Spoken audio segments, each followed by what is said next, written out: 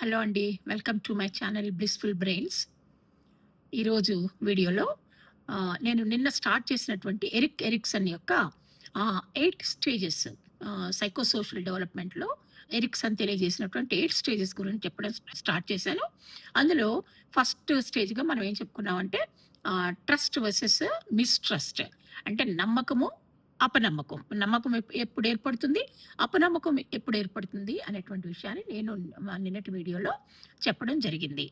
అయితే అది first stage psycho social స్టేజెస్‌లో.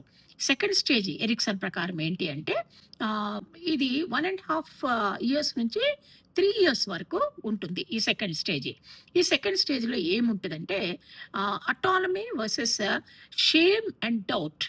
Autonomy versus shame and doubt.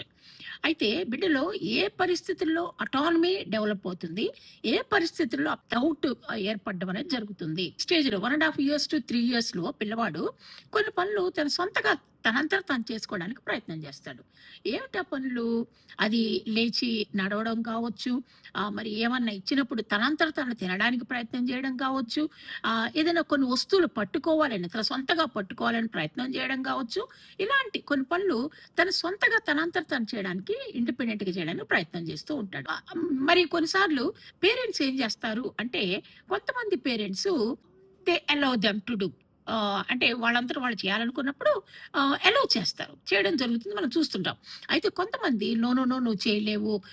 You can't eat. You can't handle that. అంటే పట్టుకోలేవు, మొయ్యలేవు. ఈ విధంగా మన భయము పేరెంట్స్‌కి ఉండేటువంటి భయం ద్వారా వాళ్ళకి అలా చెప్పడం అనేది జరుగుతుంది. ఇలా చెప్పడం ద్వారా ఏమవుతుందంటే వాళ్ళ మీద వాళ్ళకి డౌట్. అంటే నేను చేయలేను.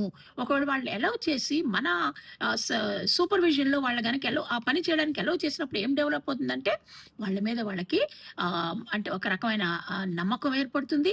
అంతేగాకుండా అటానమీ. అటానమీ అంటే ఏంది? నేను చేయగలను. ఐ కెన్ డూ ఇట్ అనేటువంటి ఫీలింగ్ వాళ్ళలో వస్తుంది. సో, సెకండ్ స్టేజ్ ఏంటంటే autonomy versus shame and doubt. ఇది second stage 1 ½ years to 3 years వరకు ఇది ఉంటుంది.